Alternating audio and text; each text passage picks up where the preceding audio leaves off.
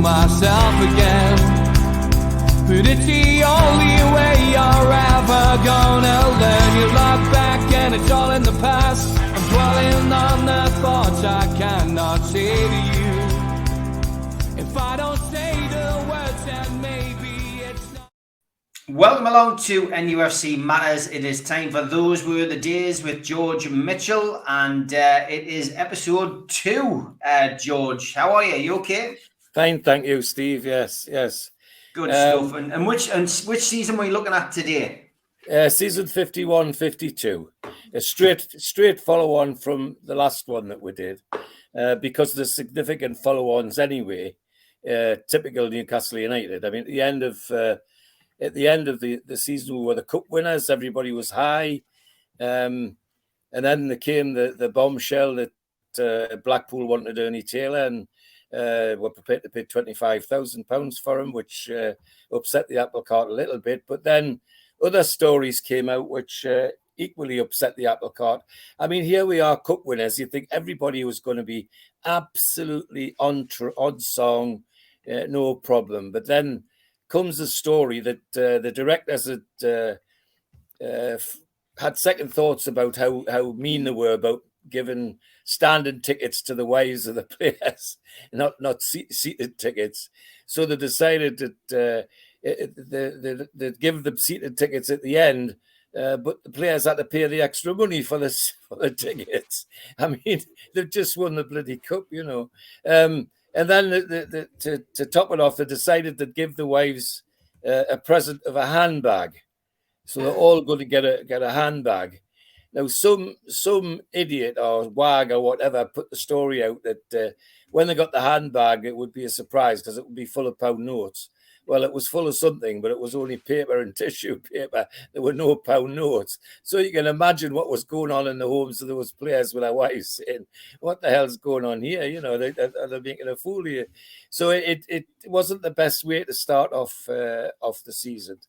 And then to cap it all, just before the season started, a story came out about Jack Fairbrother. Now, that's the last photograph I sent you, Steve. I don't know if you got it. He's on his own, the very last. That's him. That's Jack. That's a cup-winning goalkeeper.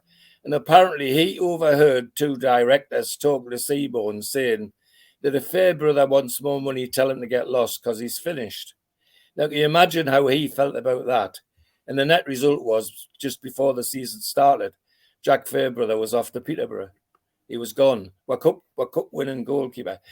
Seymour gambled a little bit because he'd already bought the season before when we won the cup a goalkeeper from Third Lanark called Ronnie Simpson, who was being touted as the next Scotland goalkeeper, which he was ultimately, to take over from George Farm. But I've got to say, it wasn't the way to start any season, never mind a season where you were starting it as cup winners. Add to that the fact, of course, that had we only played moderately well towards the end of the season, we would have been in with a shout of winning the title, not just the cup. But the wheels all just came off, and the people I was with, my family, were all of the view, like lots of other supporters, it was what was happening off the field that knocked things sideways, not what was on the field. Because once we start playing cup matches, they seemed to get the form back, and we went on to win it. So it wasn't the best way to start the next season. However, there were a lot of anticipation. The cup side was virtually intact and playing well. We still had Taylor for a little while because Seymour was trying to persuade him to stay. So for the first 4 weeks or so, he was there and he played and off we went. Looking at some of those early games, George, I mean, yes. we won our first game at home to Stoke City, 6-0. Crow, Milburn with 3, Mitchell, Robledo, and another high-scoring game when we took on Tottenham at home again. We won 7-2. Mitchell with 2, Robledo with 3, Taylor, Walker. Amazing scores. Well, it was that kind of season. If you go right through the season, there's lots of others which I've picked out. I've picked out some of the ones I was at, and you've mentioned some of them. I mean, the Stoke game was just tremendous to kick off the season. We dipped a little bit after that. I think we had a couple of games where Bolton 0-0 away were lost at Manchester United, and then we had Bolton at home and lost 1-0, and then bang came 7-2 the Tottenham game. Well, there was a feeling that in the crowd, and certainly with my family and who we went with, that we owed Tottenham one for the 7-0 hammering we got the season before. Bear in mind, Tottenham were the champions. They weren't nobodies. They were the champions, and they came to St James's Park, and were torn apart. Well, you went through the goal scorers, but I mean, here's the team: Simpson, McMichael, Cowell, Michael Cowell, Harvey, Brennan, Crowe. You know, it was all the cup side basically. George Hanna, Bobby Mitchell, Ernie Taylor, George Robledo. There was no Jackie Milburn though. He had a knee injury, and Tottenham had no slouches either. I mean, it was half the England team. It was Ditchburn in goal. It was Burgess who played for Wales, I think. Alf Ramsey was the right fullback, played for England. Bill Nicholson was a England wing half at the time. Les Bennett and Les Medley were both in the England forward team, so there were no slouches. This was a good team, and they were just taken apart. And he didn't score, but the person that took them apart was Ernie Taylor. Ernie Taylor took Tottenham apart that day, and he fed Mitchell and he fed Robledo and Tommy Walker on the other side, the right winger, speedy right winger Tommy, with a good shot, and they just tore Spurs to pieces. You know, every time they went forward, you were expecting them to get a goal, and it was 7-0 before Spurs even got into the game, and then they got 2 consolation goals. The manager at the time was Arthur Rowe, who was being touted as the next England manager. He didn't become England manager, but he always had a good reputation as a coach. You know, people all over the world talk to Arthur Rowe about their football. And Bill Nicholson, when he became manager, started to tout the push and run football, 2-touch football, I think we call it now. And it was Arthur Rowe that educated Bill Nicholson about that. So that was to say it was an exciting and tremendous game to beat the champions 7-2 was a great thrill. However, I think I said on one of the Ask George questions I was asked about celebrations, and I did say I remember seeing Ernie Taylor do a remarkable celebration. Well, it was in this game. It was in the 7-2 because he scored one of the goals, and when he scored his goal, he ran just about right round the whole of St James's Park, you know, to celebrate. And then he got to the centre circle. He jumped on Frank Brennan's back, and Brennan trotted him round the centre circle, carrying him on like piggyback.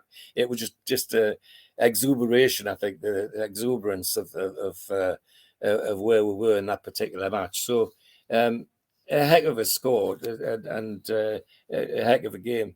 Actually, what I should have said at the beginning of this, the Chicken Road Academy I refer to, of course, most of my family, we were depleted by then because my Uncle John, one of the twin uncles I had, who were like big brothers, and I used to go to the matches with when my dad was in the RAF, etc.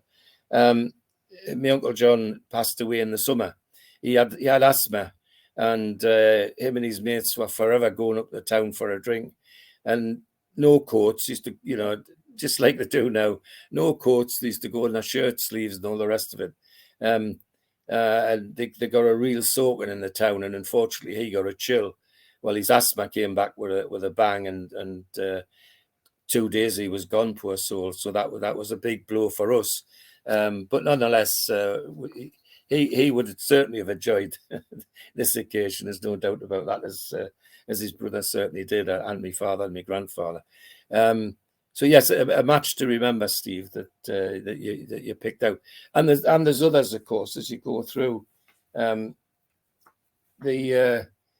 you see the Tottenham, and then with 3-3 at West Brom's the next match, then 2-1 at home away to Preston, which we won. And then bang, 7-1 at home to Burnley, who were soon to be the league champions. I mean, Burnley were heading to be the league champions at the time. Oh, there they are. I've put it in the wrong place. And it was again just a remarkable game where incidentally that Tottenham game where I mentioned Taylor again, that was Taylor's last game for Newcastle. The next week he actually signed for Blackpool for 25,000, as was touted immediately after the cup final. He went, and so Burnley came, and to say that we were on form is putting it mildly. Similar team: Simpson, Cowell, Michael, Harvey, Brennan, Ted Robledo was number 6 instead of Charlie Crowe, and then Tommy Walker, George Hanna inside instead of Taylor. In fact, George Hanna was brought in to replace Taylor by Stan Seymour from Chester, and George Robledo, Jackie Milburn, George Robledo, and Bobby Mitchell on the left wing. Fairly standard Newcastle team. But it's worth looking at the Burnley team as well, because, as I say, within a couple of years, this was a championship team. Jimmy Adamson, a Geordie captain of theirs. Tommy Cummins was from Ashington as well. Jimmy McElroy, a great Irish international, who was their really that talisman for a while. And Tony Hapgood, who was the son of a former England goalkeeper called Hapgood. Bill Holden was the centre forward, and then about 2 years later turned up as centre forward for Sunderland. I remember going to the match, the Derby match. It's at James's Park, and the crowd. You know how the crowd buzzes. Well, in those days, you didn't have to have, periods to sign people. They could just sign. And apparently, on the night before the match, Bill Holden signed for Sunderland somewhere down the motorway at one of the hotels, and turned out for Sunderland the next day at St James's Park. And when he came out, you could hear people in the crowd saying, "Who's that? Who's this? Who's that?" And then it was announced who he was, because then he was the England centre forward, and he played for Sunderland. And Billy Morris, who was an England player, and on the left wing was another person who became a Mackem shortly after Holden, and that was Billy Elliott, a left winger. A very good side, but they were just torn apart by Mitchell and Hanna between them. But then George Robledo was just unplayable, is the way to describe it. If the ball got anywhere near him, it was headed towards the goal. And he actually scored 4 that day. Just unbelievable ability, both in the air and on the ground. And a very strong player. People tend to forget that George was quite clever with the ball, but he's also very tough, very strong on the ground. So with that happening, and with, as I say, in the background, you've got Jackie Milburn hanging around, give the Burnley defence a nightmare. Billy Morris scored the consolation for Burnley right at the end of the game.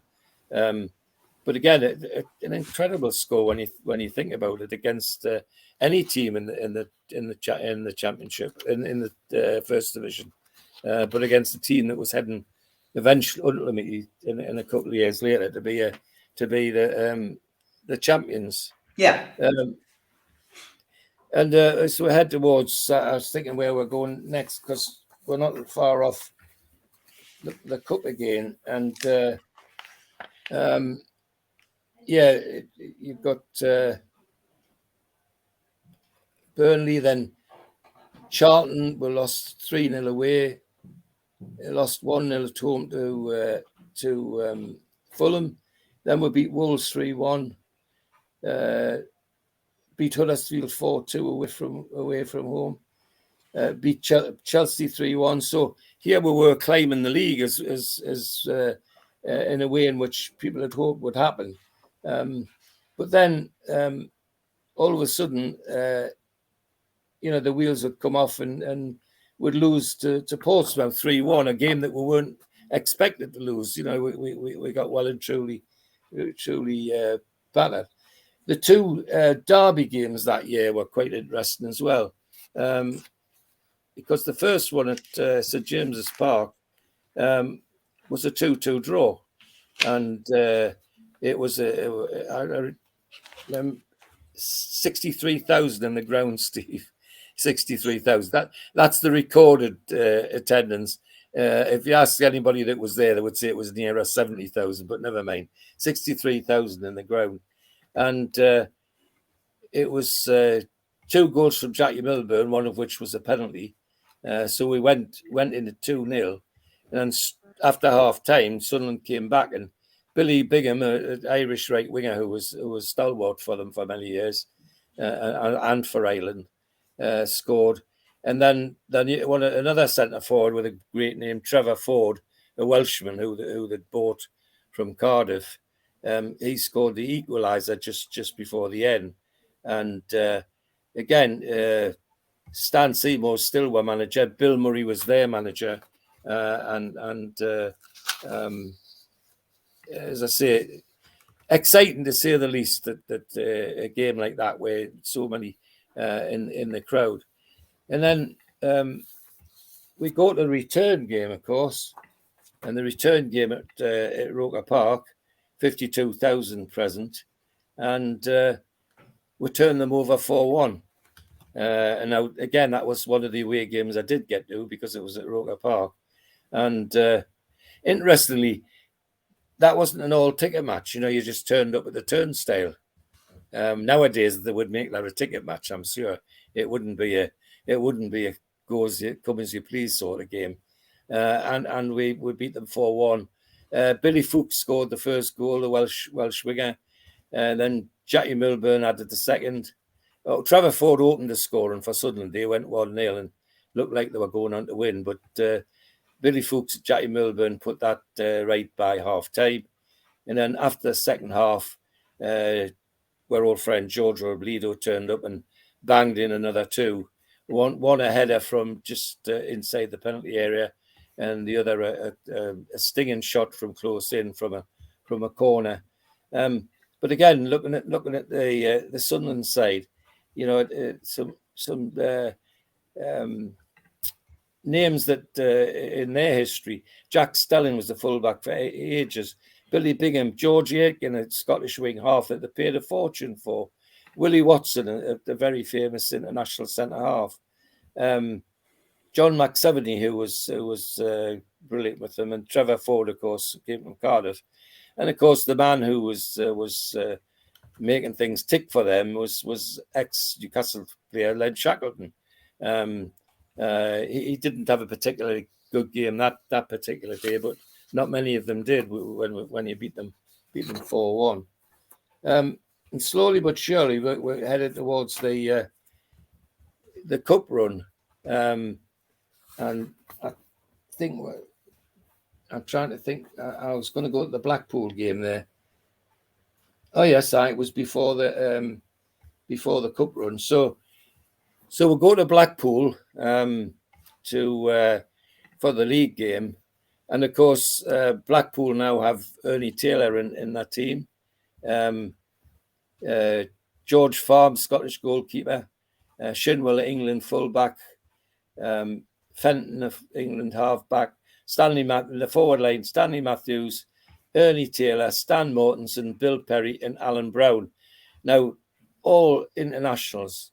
The first, Matthews and Taylor for England, Perry and Mortensen played occasionally for England, and Alan Brown for Scotland. So it was quite a team, but shouldn't have been any fear for us because our team was as strong as it had been. And interestingly, another replacement that Seymour bought for Ernie Taylor, Reg Davis, played in our team, a Welsh lad who was quite a good player once he settled down.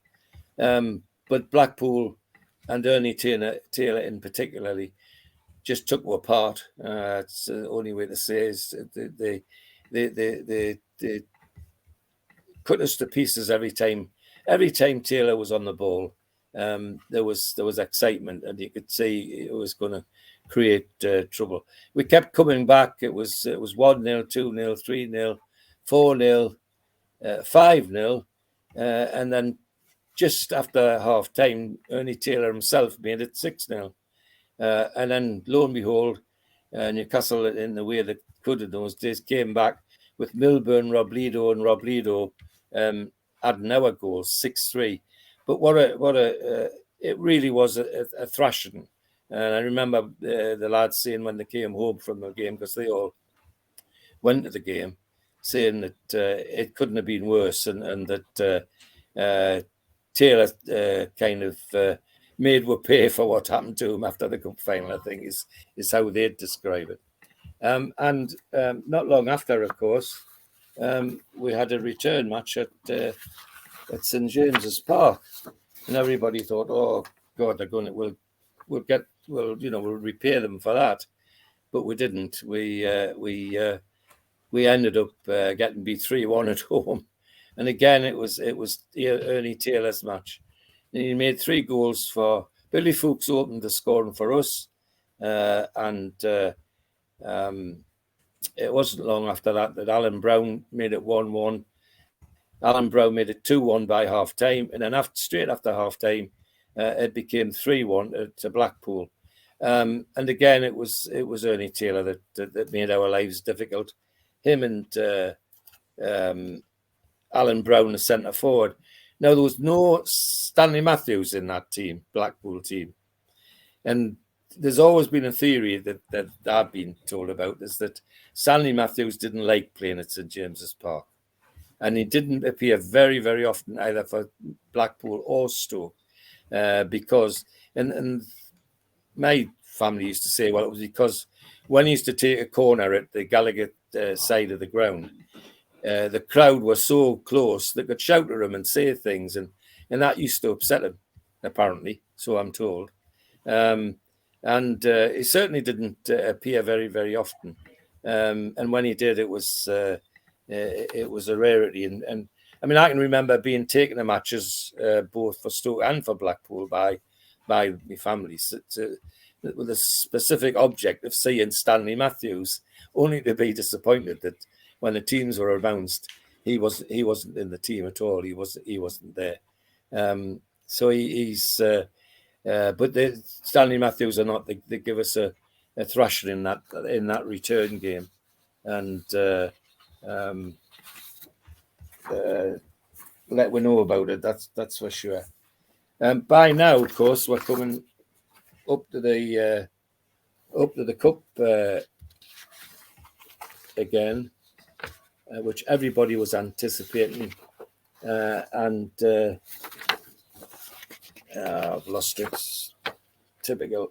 Well, I'll let you get your notes sorted. I'll give a shout out to the sponsors. As always, it is a big thank you to Spider Miner. Of course, the guys have supported us for a couple of years now. Big shout out to Gareth and Nathan. It's the only cryptocurrency miner that can mine 5 different cryptocurrencies at the same time, whilst using virtually no energy, and it's VPN protected. Buy yours now at www.miner.spidervpn.org. Thanks to the lads at skipsandbins.com. Telephone 0800 25 45 25 3. Email inquiries at skipsandbins.com.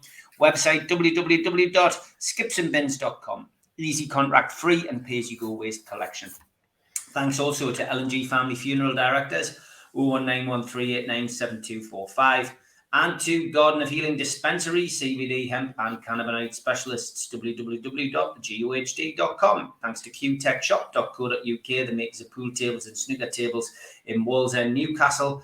And thanks to ClickEye, meet the new Game Over screen, drop into a ClearRun device near you, available on Apple Store, Google Play, and clearrun.game. Thanks to Media Arts for all help with video technology side of things.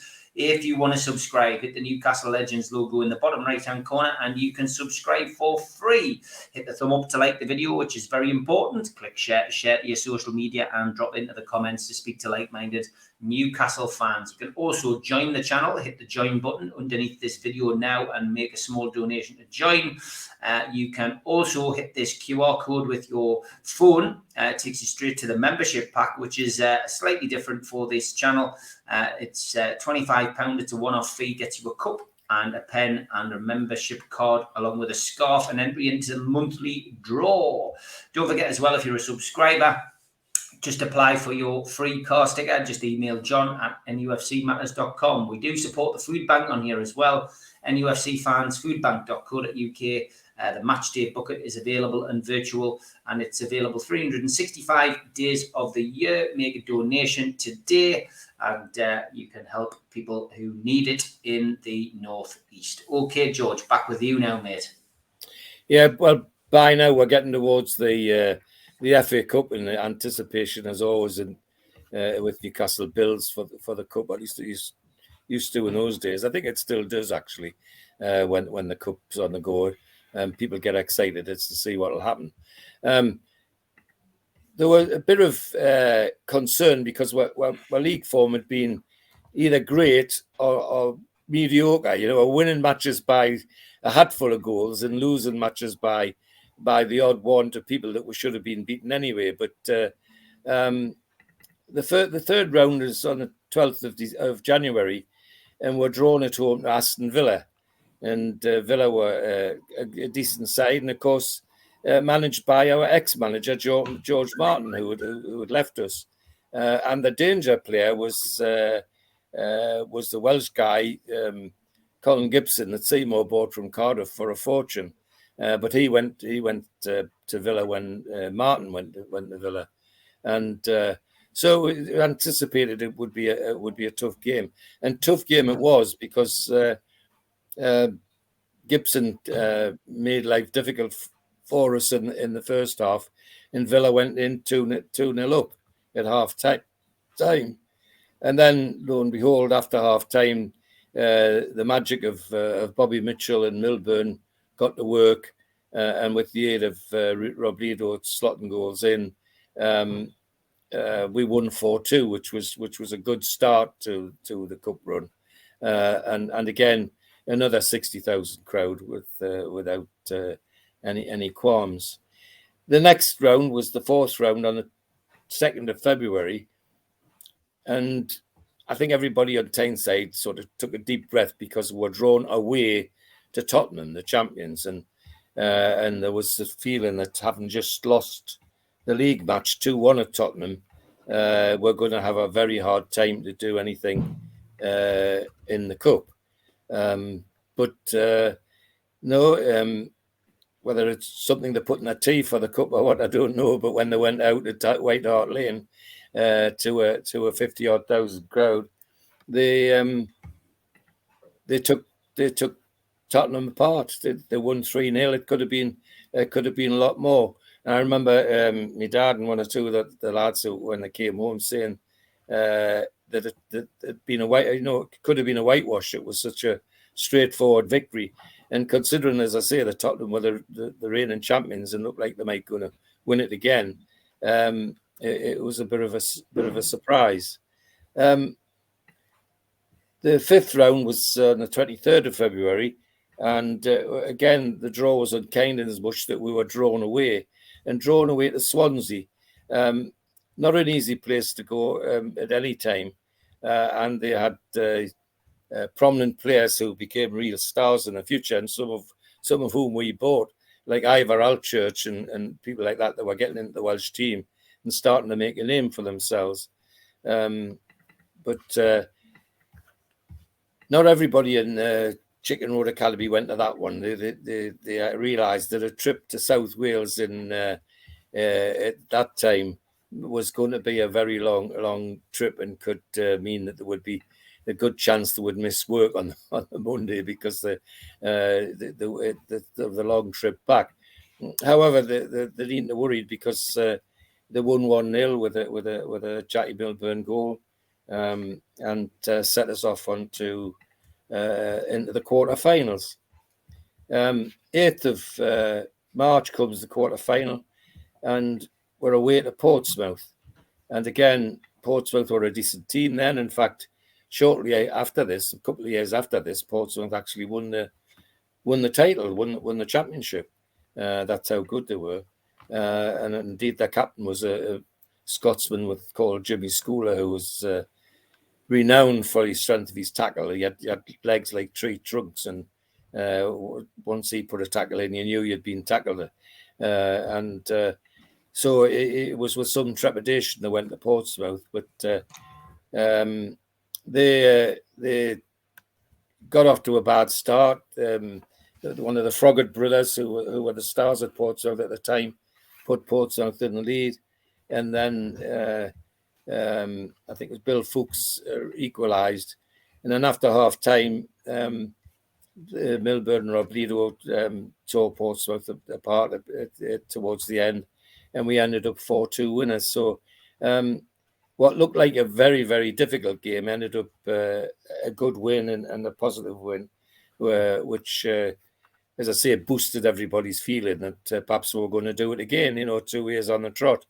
But that was thought to be a big ask, and all the pundits had Arsenal as the favourites for the FA Cup, and not Newcastle, even though we were the holders.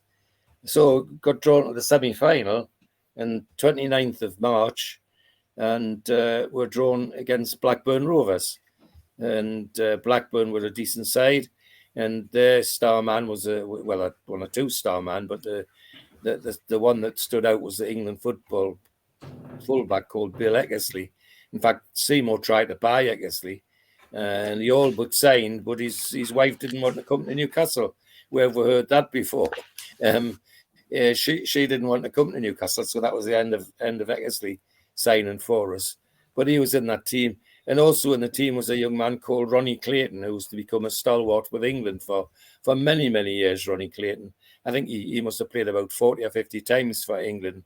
A very skillful midfielder, right halfback, I would call him in those days, but a very skillful midfielder, and had a decent and Bob Langton outside left, right.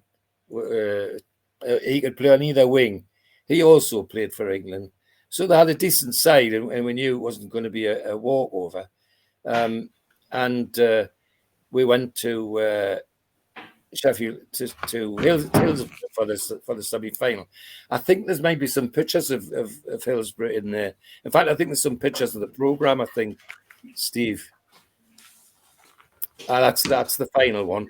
I've put them in order that you sent them, so they're all. I've got about 25 photos, so I'm that's all right. I'm going to struggle to find them. Just go through them. Just go through them. Next one will be the Blackburn one, I'm sure. Yeah, there it is. That's the replay one. Yeah, there was a replay, and the replay was at Ellen Road because we drew 0-0 at Sheffield. And the next photo is that's the fight for that's the stub off my dad's ticket for. Fantastic! For the final match against Arsenal, and that's the team sheet of Blackburn Rovers and a picture of Bill Eckersley, who we've just been talking about.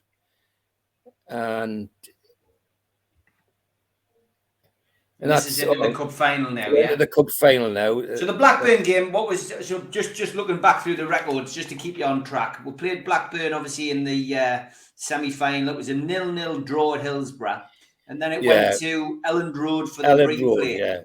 Yeah. And we managed to turn that around. 65,000 at Hillsborough, only 54,000 at Elland Road.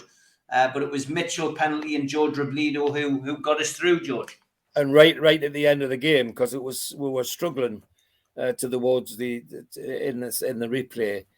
Blackburn scored. They had a player called Glover, I think, who was a nuisance to us, and he put them 1-0 up. And I think it was the last 10 minutes. Robledo headed the equaliser, and then lo and behold, just before, really at the death, a shot from Milburn, and I think it was Eckersley who we've been talking about, was on the line, and he handled the ball and punched the ball away. He would have got sent off nowadays for that, but in those days it was just a penalty. And Mitchell took the penalty and made it 2-1. The other thing I don't know if I've put pictures of the crowds in there, but one thing I noticed when I look at the old videos of the replay and the original match, the motion in the crowds at Hillsborough is quite startling. Seeing people being passed over their heads, and this is 50 years before any disaster, and clearly in Hillsborough there was some sort of problem with the terracing or with the crowd control, because even then, as I say, men, not boys, were being passed over the heads of the crowd. And I might have some of that in there, but I don't know if there's nothing in here with crowds, mate. No, it's mainly team right. photographs. That's all you've sent. Right. Okay. So we won 2-1 against Blackburn, and the final was on the 3rd of June, 3rd of May rather, and meanwhile in between, and there's the ticket that my father had. He got his ticket from his route through Buckingham Palace. His friend, whose son was a postilion, rode on the front of the Queen's horse. He got the ticket.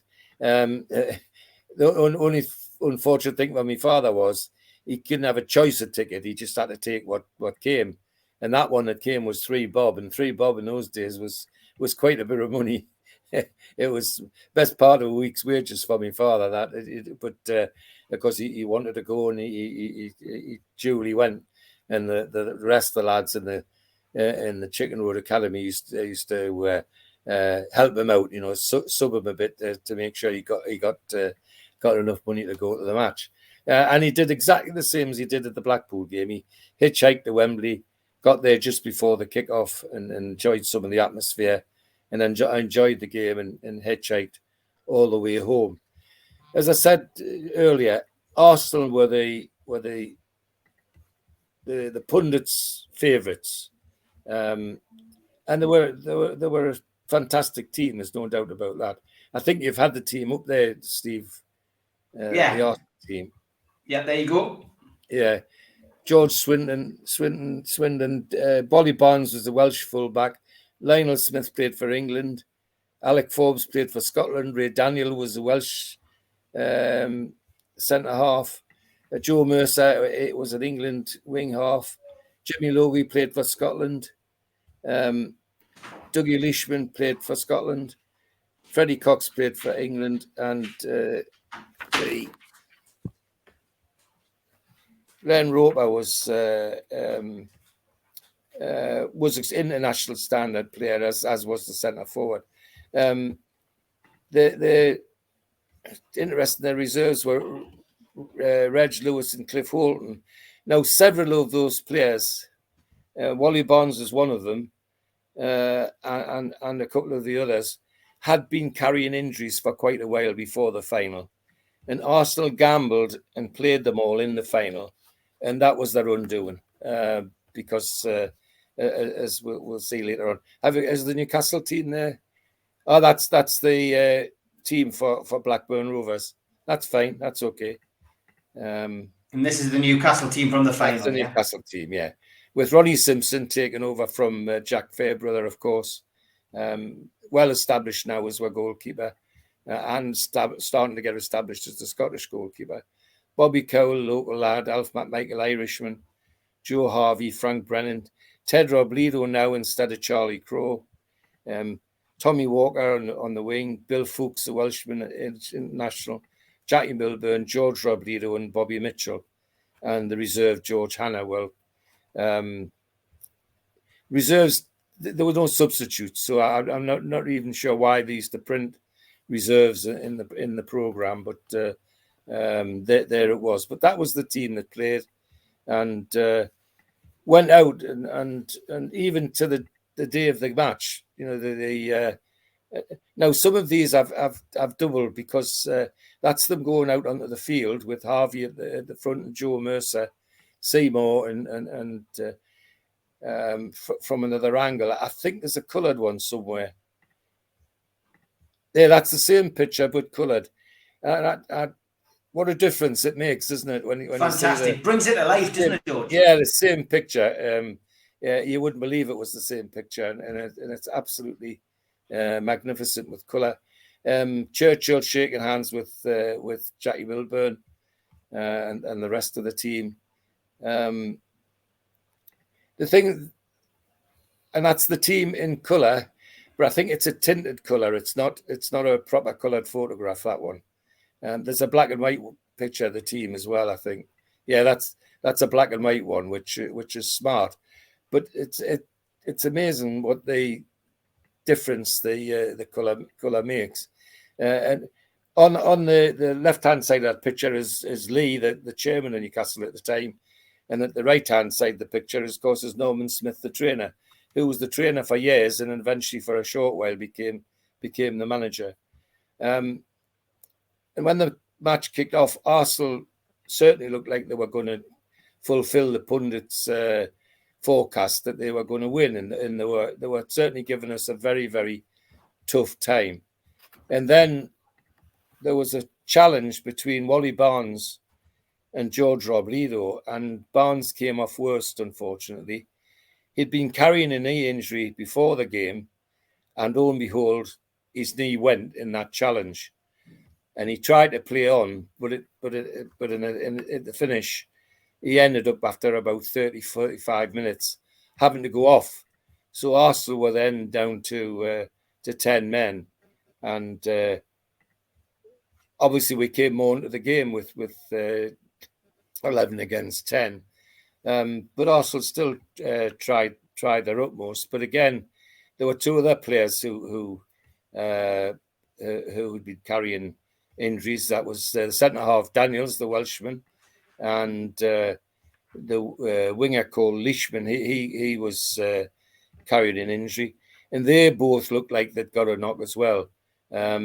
I suspect that the centre forward again, the centre half, had come up against George Robledo, who was a very strong man. You know, George was a good tackler. He's centre forward, he may be, but he was also a very good tackler. And I think the Leishman probably got a tackle off Bobby Cowell, who was a hard tackler and very strong fullback. Bobby Cowell actually was a brilliant fullback. He never got touted as an England fullback because there was all sorts of people like Alf Ramsey and others around Stanleyforth at Huddersfield, but Bobby never got mentioned in the same breath as they did. But he should have done, because he was a brilliant fullback. And the game went on, and clearly, as it was clear we had superior numbers, was start to take the game to Arsenal. But even so, it was at the death when George Robledo headed the winning goal in. I think there's a picture of the header there somewhere, Steve. That's it. That's him behind the Arsenal defender, Jackie Milburn just in front. A lot of people might have been saying, well, Milburn's offside, but there was a defender behind Milburn as well. And Robledo headed it right, you can see, right into the corner. And Swindon didn't have a chance of saving it, and that was it. The 1-0 to get with the cup in the second year in succession, and that's just a general picture of Milburn challenging the Arsenal defence at Wembley. And that's somebody wrote that for Newcastle Breweries, and it's just a story about the winning two in 2 years, and how it all hung around Jackie Milburn coming from the pits and all that sort of thing. The whole thing is worth getting hold of to have a read. It's quite nice. Next one, Steve. There might be another couple of pictures there. That's Joe Harvey receiving the cup from Winston Churchill. And standing next to Winston Churchill with the little moustache, Sir Stanley Rouse, the name who figured large in the game in those days, the boss of the FA. He was a bit like Marmite, yeah. Either loved him or you hated him. And we seem to get on well with the FA in those days. Oh, that's another colour photo I found. Lovely, that one, isn't it, George? Yes, great. I mean, what a difference. And sets the whole scene of Wembley better, doesn't it? You can even see the Union Jack, and and all the rest of it over the Twin Towers, and the colours of the shirts, and Simpson taking the ball in front of Brennan there. Yeah, I mean, it's just such a difference. Now that's a dressing room picture with the lads all celebrating the cup win. It's interesting to me, and I think I might have mentioned this to you at another time, but Jackie Milburn's the only one there that's got his shirt off. If that had been a modern picture, they'd all had their shirts off, showing their six packs. Well, in those days, there wasn't many six packs to show because all the lads, they still like the beer, and their figures reflected it. But Jackie Milburn was a complete athlete. He did do the weights, he ran and all that sort of thing. He was a powder hole sprinter. In the summer when he wasn't playing football, he used to do the professional running handicaps, which were no slouch in those days. I mean, in those days, the amateurs who were used to go to the Olympics were struggling to do 100 yards rather in less than 10 seconds. The powder hole sprinters in those days had been doing under 10 seconds for the previous 5 or 6 years. That's how much better they were, but they chose to go the professional route, the handicap route, so they could make a bit of money. Jackie Milburn used to sometimes run under an underplume. Blackburn was one of the names, and Quigley was the other. Because as soon as I seen Jackie Milburn on the program, the handicappers used to handicap him down, and he used to get hampered with handicaps. Again, what a difference the colour makes. It's super. You can see on that picture, that's Simpson, Bill Fuchs, Jackie Milburn behind Bill Fuchs, Frank Brennan, Joe Harvey over the cup, of course, George Robledo, Bobby Mitchell, and Bobby Cowell. Actually, Bobby Cowell, his wife, used to live a couple of doors away from my brother-in-law until about three years ago, and she passed away, poor soul. And she used to wear his cup winner's medal around her neck with a gold chain. Lovely lady, I have to say, and a good memory. I don't know what the other pictures will be about the trip back. Yeah, they are in the bus on the way around the town. The other night when I watched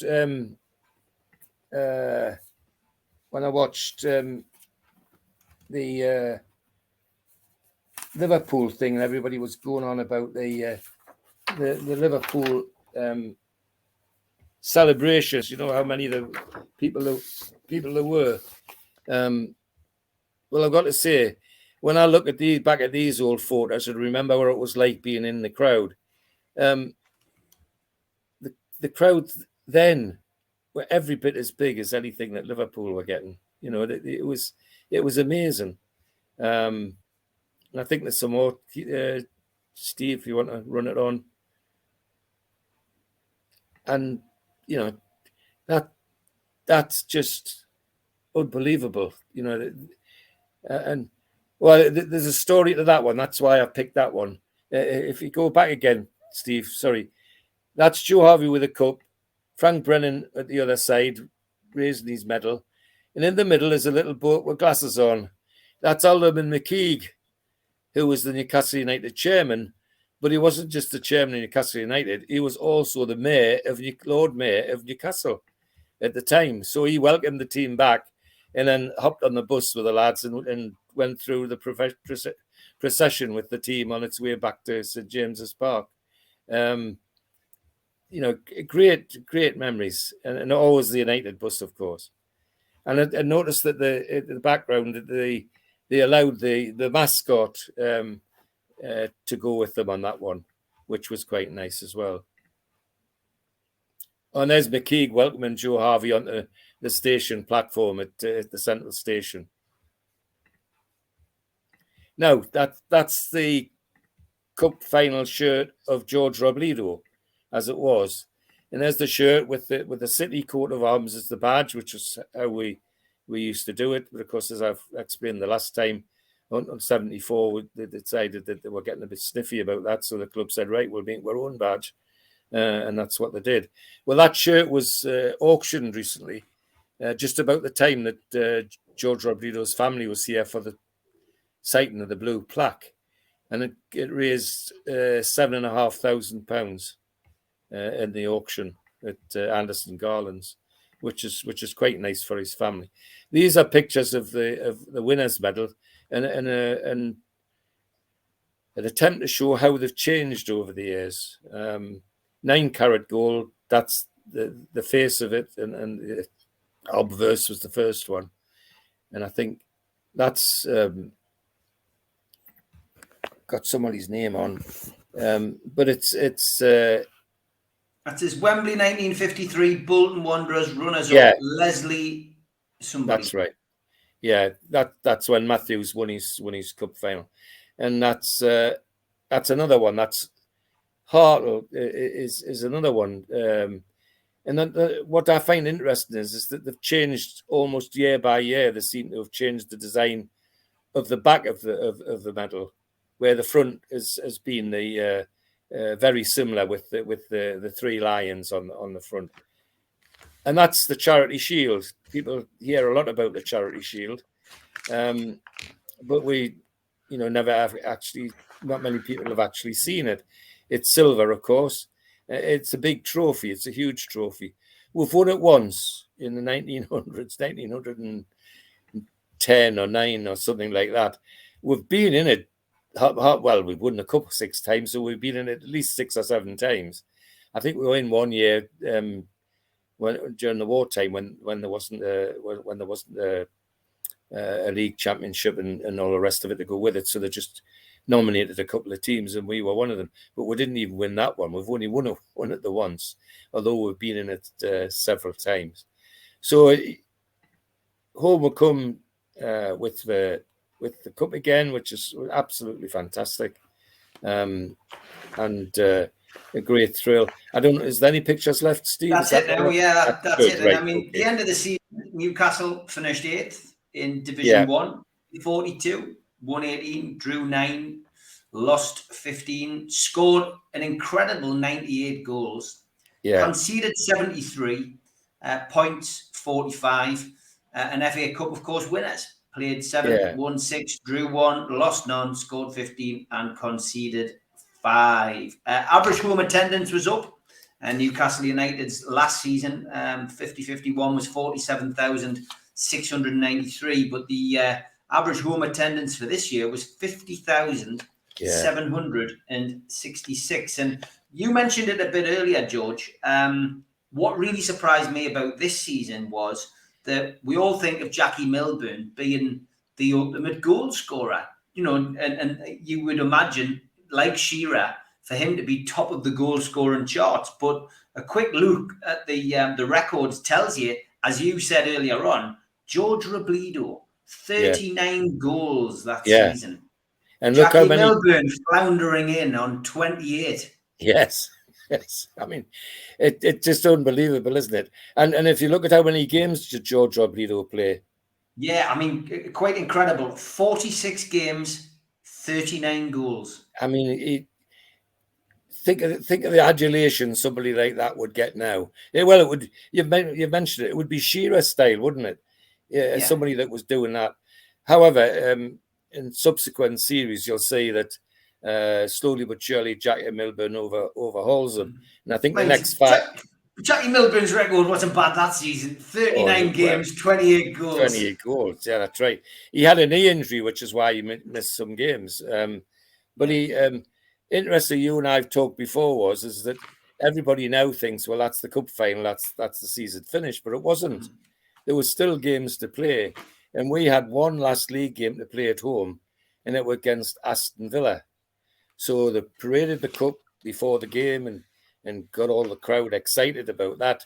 Well, Aston Villa, of course, was still managed by George Barton, our former manager, and Colin Gibson, who was one of our star players that went with him. But Aston Villa at that time had Danny Blanchflower, Colin Gibson, Dickie Dorset, who was an international player.